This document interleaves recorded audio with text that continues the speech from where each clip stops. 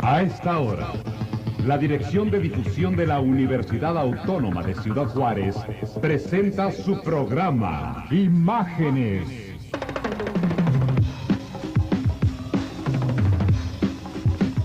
Todos los días, de lunes a sábado, la UACJ se manifiesta, se comunica, expone ante la opinión pública su participación académica, cultural, artística, deportiva y social, bajo la guía rectoral del licenciado Carlos Bernardo Silveira Saito.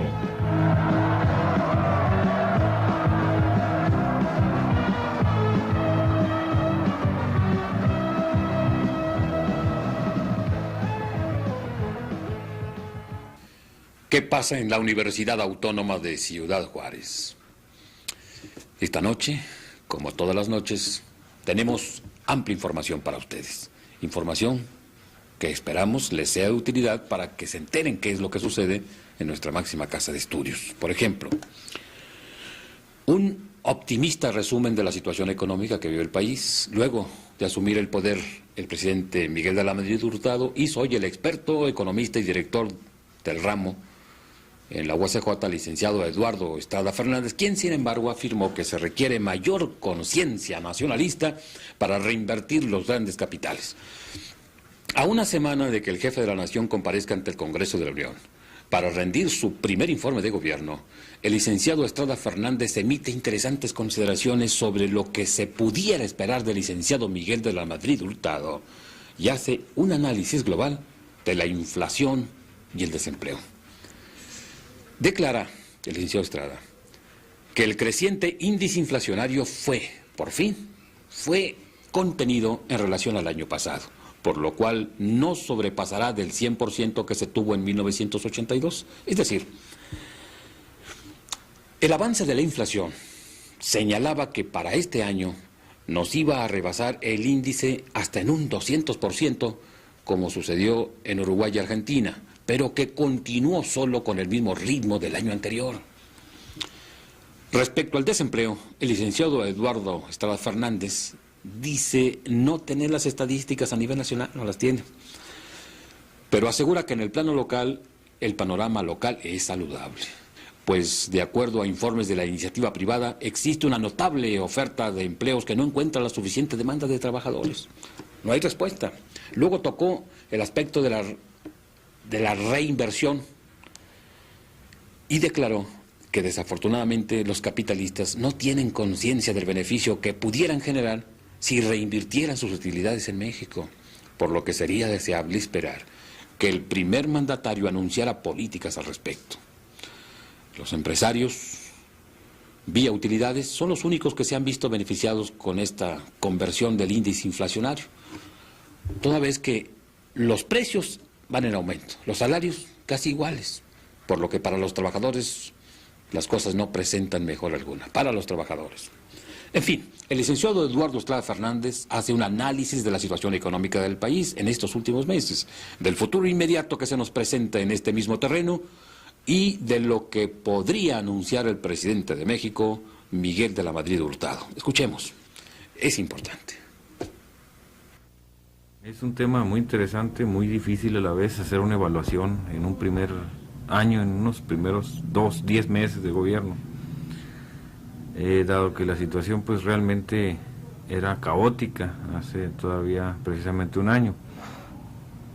Pero yo creo que, al menos mi posición es de optimismo, y claro, de un optimismo que muchos van a reírse cuando yo lo mencione, pero creo que existen razones para explicar el porqué de esta opinión. Cuando hablamos de la crisis actual, quizá el problema más grande que se haya presentado, y quizá en todas las economías del mundo, es el fenómeno de la inflación y el problema del desempleo, además de la crisis de valores tanto económicos, morales como sociales y políticos. Yo creo que en la actualidad, si comparamos el fenómeno de la inflación en México y revisando lo que ha sucedido en otros países en otras épocas, nos damos cuenta que si bien la inflación hasta el mes de julio del año pasado ya iba en un 48% acumulado, pues esto quiere decir que en México la inflación sigue siendo alta, bastante alta, más de lo que debería de ser. Y considerando que julio pues, es la mitad del año, si vamos a decir, si las condiciones fueran las mismas a que han sido en este primer semestre, vamos a encontrar que la inflación vamos a terminarla con un 100%, alrededor de un 100%, de un 96% de inflación.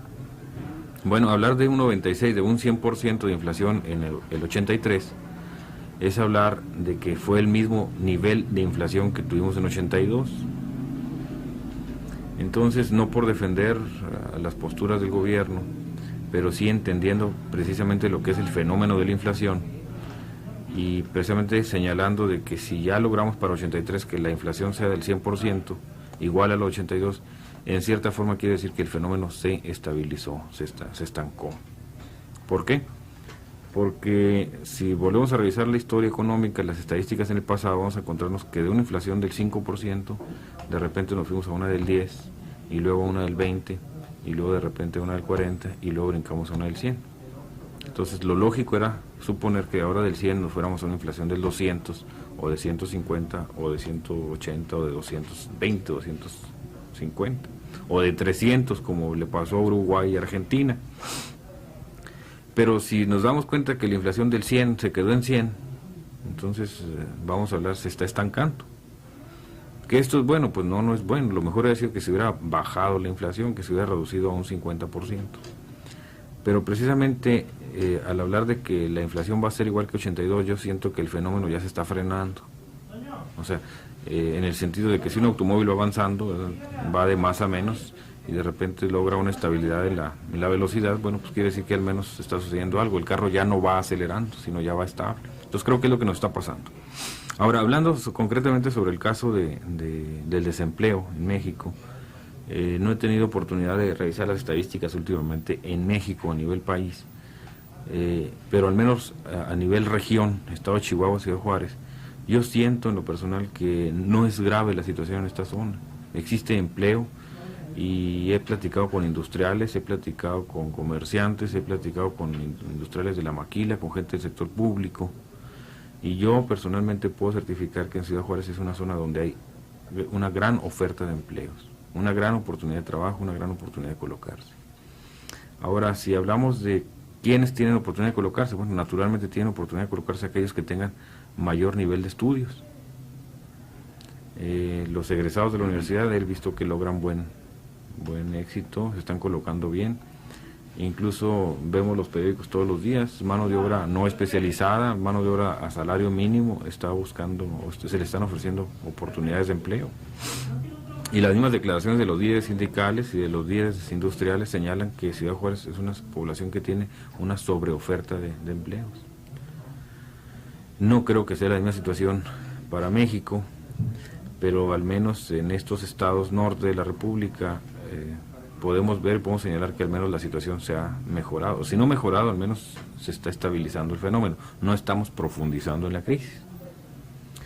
Lo que sí es grave, lo que yo considero sí es grave, bastante grave, es que por un lado se han amarrado los salarios del trabajador, se han sostenido reducidos, y por otro lado los precios tanto de los bienes del sector público como los bienes de alimentos básicos han seguido aumentando.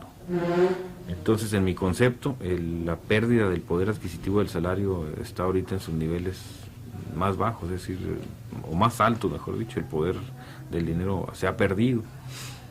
Entonces, ¿qué haría falta? Bueno, pues haría falta un mejoramiento de las condiciones de salario.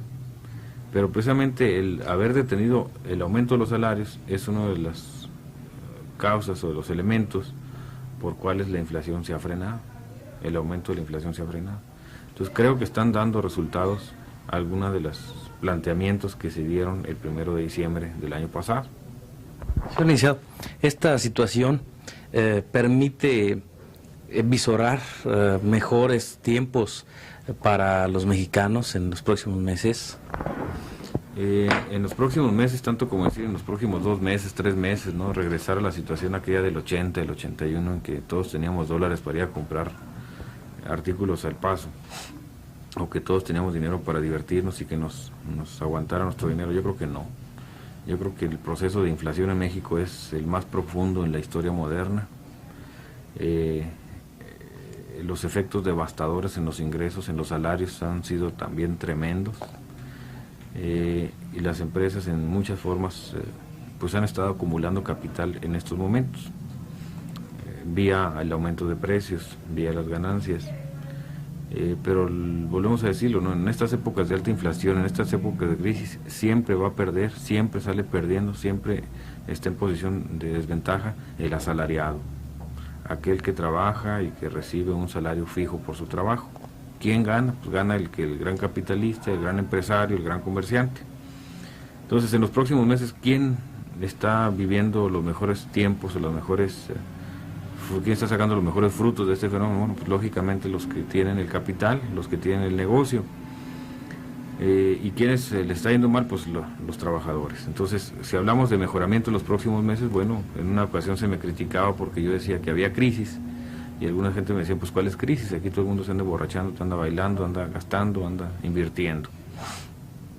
Entonces yo creo que habrá crisis para los sectores marginados, los sectores de salario fijo, todos aquellos que sufrimos los embates, los aumentos de precios y no podemos aumentar nuestro ingreso en la misma frecuencia en que aumentan los precios, y las condiciones irán siendo mejores cada vez para aquellos que tienen la oportunidad de manipular los precios para beneficio personal. Sin embargo, el hecho de que haya recuperación económica en algunos sectores de nuestra población, de nuestra sociedad mexicana, pues invita o permite la posibilidad de que esa derrama económica se generalice y pueda, pues al final, México como Estado salir de su crisis financiera, y esto sí redunda en beneficio de los mexicanos. Claro. Si el capital o las ganancias que se están acumulando como consecuencia de la actividad comercial y económica se reinvierten a la economía como un flujo, pues claro, esto va a generar más empleo, más oferta de productos, más generación de dinero, más entrega, más derrama. Pero si esta ganancia acumulada se va al exterior o se invierte en artículos superfluos o simplemente se atesora en oro o en dólares, pues ahí los beneficios no van a ser para México. Los beneficios van a ser para los que tradicionalmente han sido los beneficiarios de la acumulación y de la especulación de la ganancia.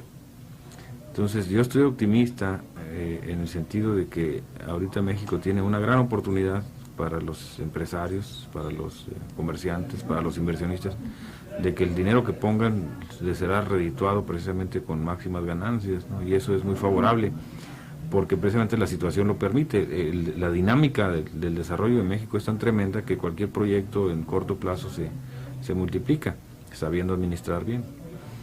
Lo negativo sería que empezara la desconfianza. Lo negativo sería que empezaran a crearse y generarse otra vez una serie de conflictos políticos, ¿no? de actitudes ilógicas por parte del gobierno, que creara la desconfianza en el empresario. Señor licenciado. Que creo que no es el caso actualmente. Señor licenciado, por sus palabras, pudiéramos deducir que usted espera del informe del presidente Miguel de la Madrid, pues que anunciara políticas para fomentar precisamente la reinversión pública y privada en nuestro país, y que pues se evitara precisamente el que los grandes capitales vayan afuera, vayan al exterior. Claro, se mencionaba el otro día por ahí por parte de Luis Bravo Aguilera, el subsecretario de Ingresos, creo que de la Secretaría de Hacienda, en donde mencionaba que él sentía que los exportadores no estaban regresando al país los dólares que obtienen por concepto de ventas, y lo decía en razón de que pues las estadísticas que ellos manejan así lo revelan. Bueno, pues todos los que vivimos en la frontera nos damos cuenta de que esto ha sido siempre, ¿no? El exportador difícilmente regresa lo que vendió. entonces también nos damos cuenta que muchas gentes, muchos empresarios privados han seguido con la práctica de todas las utilidades, todas las ganancias las tienen depositadas en El Paso. ¿Qué pasa con esto? ¿Qué nos sucede como pueblo, no? Pues nos sucede simplemente que la ganancia se la estamos dando al Banco Americano. Y estos pues las emplean para desarrollar sus comunidades, no las emplean para beneficio de los mexicanos. Luego entonces, pues eso es malo. Ahora, ¿cómo mejorarlo? Bueno, tendría que Miguel de la Madrid colgar a todos los que ha tenido que colgar y no sé qué tendría que hacer para dar confianza al sistema de que está trabajando bien y que definitivamente México es un país con muchas oportunidades. Yo creo en lo personal que es falta de conciencia, es falta de solidaridad con México, ¿no? Pero no sé qué tendría que hacer Miguel de la Madrid para crear esa conciencia entre el pueblo, sobre todo estoy hablando del empresario, el industrial, y que regresaran, ¿no? Todos sabemos de muchos capitales que se han ido a Europa, muchos sabemos de los grandes capitales que estuvieron inclusive en El Paso y se emigraron. Este fenómeno es muy complejo, es muy profundo, es muy difícil y a la vez es un comportamiento muy antipatriota. Pero finalmente hay confianza en que las cosas marchen mejor. Por mi parte yo estoy convencido de que el país, y es más, yo estoy confiado y he visto el Plan Nacional de Desarrollo y he visto el experimento político que recién ha pasado y he visto cómo al menos juzgaron a uno de los más corruptos funcionarios del sexenio pasado y eso más o menos ha dado cierta confianza, ¿no? Creo que falta llegar un poco más al fondo, hacer reformas con más profundidad, pero por mi parte yo creo que en un primer examen de 10 meses sobre la situación, al menos la crisis que teníamos hace exactamente un año no es la misma. El ex Procurador General de Justicia en el Estado, licenciado Luis Alfonso Rivera Soto, analizó en la Universidad Autónoma de Ciudad Juárez, analizó el grave problema que representa para nuestra sociedad chihuahuense la creciente ola de violencia que de algunos años a la fecha se nos ha presentado y nos está agobiando. El licenciado Rivera Soto se pronuncia por severas reestructuraciones en la legislación, instituciones y funcionarios encargados de rehabilitar a los delincuentes. Luego de hacer un pormenorizado análisis de las causas y factores que intervienen en este grave fenómeno, el conocido jurisconsulto chihuahuense dijo que también el sistema educativo debe ser reformado a efecto de que posibilite un cambio sustancial en la conducta del ciudadano. Y citó la desintegración familiar, la falta de educación, la drogadicción, el pistolerismo, el pandillerismo, como fuente rica de actos violentos, y fustigó a los comerciantes sin escrúpulos que expenden sustancias tóxicas y bebidas embriagantes sin ningún control. Y como ya se ha dicho insistentemente, el licenciado Rivera Soto pide mayor responsabilidad a los padres de familia. Mayor responsabilidad a los padres de familia, que parece increíble. Pero suelen poner oídos sordos a esta situación. Los padres de familia quieren que otros solucionen sus problemas, sin que ellos tengan que hacer absolutamente nada. Y esto, por desgracia, en forma general, con sus muy honrosas excepciones, claro, por lógica. Pero, por regla general, así es. Falta responsabilidad en la mayoría de los padres de familia. No obstante ser todo esto sumamente importante, a nuestro juicio, destacó más la parte de su conferencia en que planteó factibles alternativas de solución al problema, porque es común que escuchemos que tal o cual falla existe, que tal o cual problema es grave, pero ¿por qué existe? Pocas ocasiones hemos escuchado verdaderas posibilidades teóricas para erradicar esta tremenda amenaza social, la violencia. Y es justamente esta parte lo que deseamos presentarles esta noche a ustedes, amigos de Televisión Canal 44. ¿Cuáles son las consecuencias de la violencia? ¿Y de qué manera puede contenerse y erradicarse esta creciente y peligrosa ola? El licenciado Luis Alfonso Rivera Soto, ex Procurador General de Justicia en el Estado, tiene un punto de vista muy importante. ¿Cuáles son las consecuencias de la violencia? Bueno, las consecuencias de la violencia, pues en primer lugar es la creación de un ambiente de suma intranquilidad social. Estamos viviendo en un problema de inestabilidad de carácter social. Ya la violencia nos intranquiliza mucho, ya no queremos salir solos por la noche, ya cuando salimos tenemos que poner los seguros del automóvil, ya cuando vemos un grupo de personas paradas en una esquina, viene un cierto temor que nos invade, porque se está creando ese clima tensional de intranquilidad, de falta de paz, de falta de seguridad dentro del campo social. Esto podría ser la primera consecuencia de la violencia. La segunda consecuencia es la necesidad de entregar una nueva solución a los problemas que se plantean. No todos los problemas son jurídicos. Es necesario examinar en muchos casos problemas que a ustedes les interesa ver, los problemas que tienen una naturaleza de carácter social. No todas las invasiones son capitaneadas por líderes. En muchas ocasiones las invasiones, en un bajo porcentaje, son impulsadas necesariamente por la necesidad de tener un pedazo de tierra para construir la vivienda. Y después de la alimentación, la vivienda sigue siendo el factor más importante para, en un momento determinado, consentir en que aquella persona tenga necesidad de ello. Y es a la trabajadora social a la que le debe interesar este tipo de problemas. Cuando se habla de un examen de los internos que se encuentran en el Cerezo, pues la trabajadora social debe desempeñar un papel verdaderamente profesional. Ya es hora de quitarnos de la mente que la trabajadora social tiene como fundamento y como destino realizar estudios socioeconómicos. Ya es hora de que a la trabajadora social se le dé el lugar que merece. Y eso no se lo han dado en primer lugar porque es muy difícil lograr un puesto. Y en segundo lugar, porque la misma trabajadora social no ha hecho un esfuerzo verdadero para ubicarse al lado de todos los profesionales de la medicina, del derecho, de la ingeniería y de la química. Es necesario un esfuerzo de todas ustedes para ubicarse en el núcleo de los problemas de carácter social.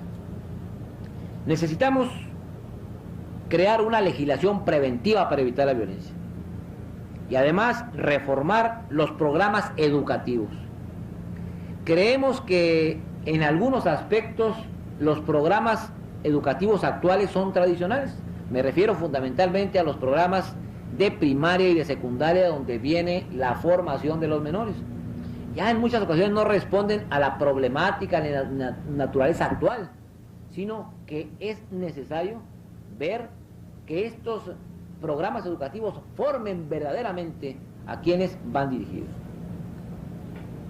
Además, tenemos que realizar determinadas campañas fundamentalmente contra dos fenómenos muy graves en Juárez y en el Estado: el pandillerismo y el pistolerismo.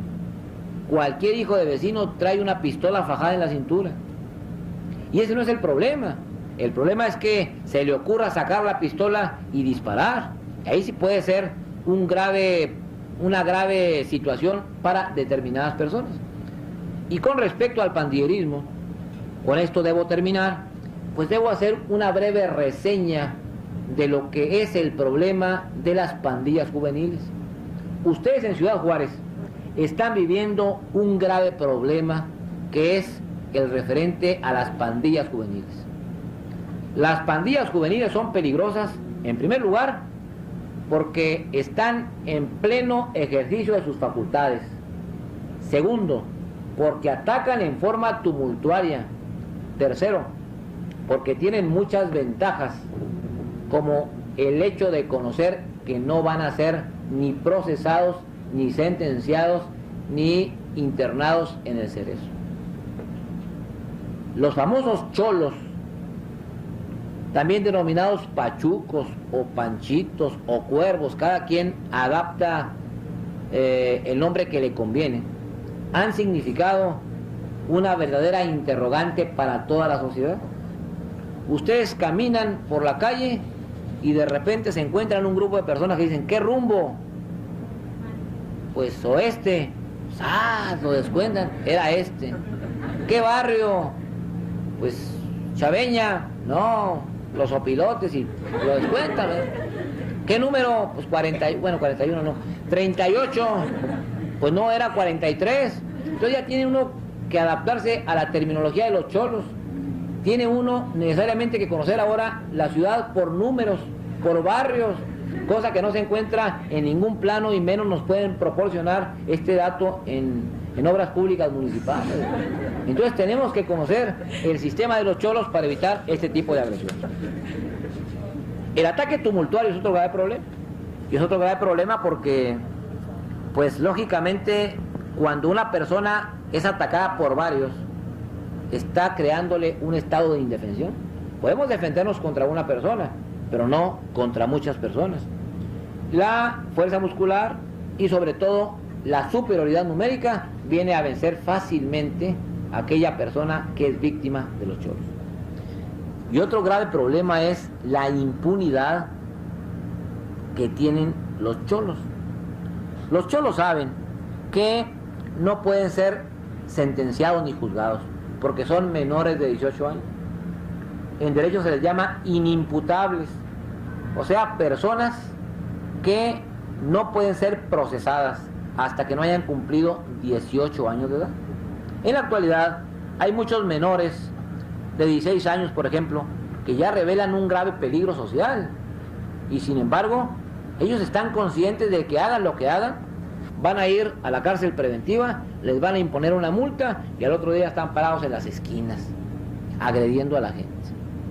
Entonces, ¿qué es lo que tenemos que hacer? Pues creo que la forma de atacar este problema es obtener pues algunas conclusiones. La primera conclusión a la que puedo llegar es que es necesario reestructurar las escuelas de mejoramiento social o las escuelas de readaptación social para menores o los tribunales de menores, como les quieran llamar. Es necesario meter la mano a fondo y crear un verdadero sistema reformatorio dentro de él. Quitar funcionarios, cambiar sistemas, adaptar instalaciones, pero ya es necesario de que el menor que vaya a un tribunal de menores, a una escuela de readaptación para menores, salga verdaderamente readaptado. A nosotros nos ha parecido una lección sumamente importante, trascendental. ¿Por qué no escucharla? ¿Por qué no analizarla? ¿Por qué no reflexionar sobre lo que acabamos de oír? Por lo pronto nosotros nos sentimos profundamente agradecidos por el favor de su atención. Gracias por acompañarnos noche a noche, como esta noche.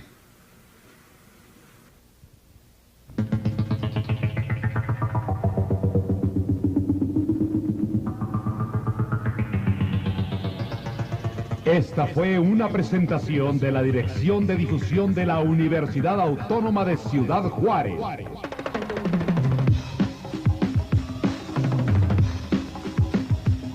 Producción originada en sus propios estudios, ubicados en Constitución 157 Sur, Ciudad Juárez, Chihuahua, México. Rector, licenciado Carlos Bernardo Silveira Saito.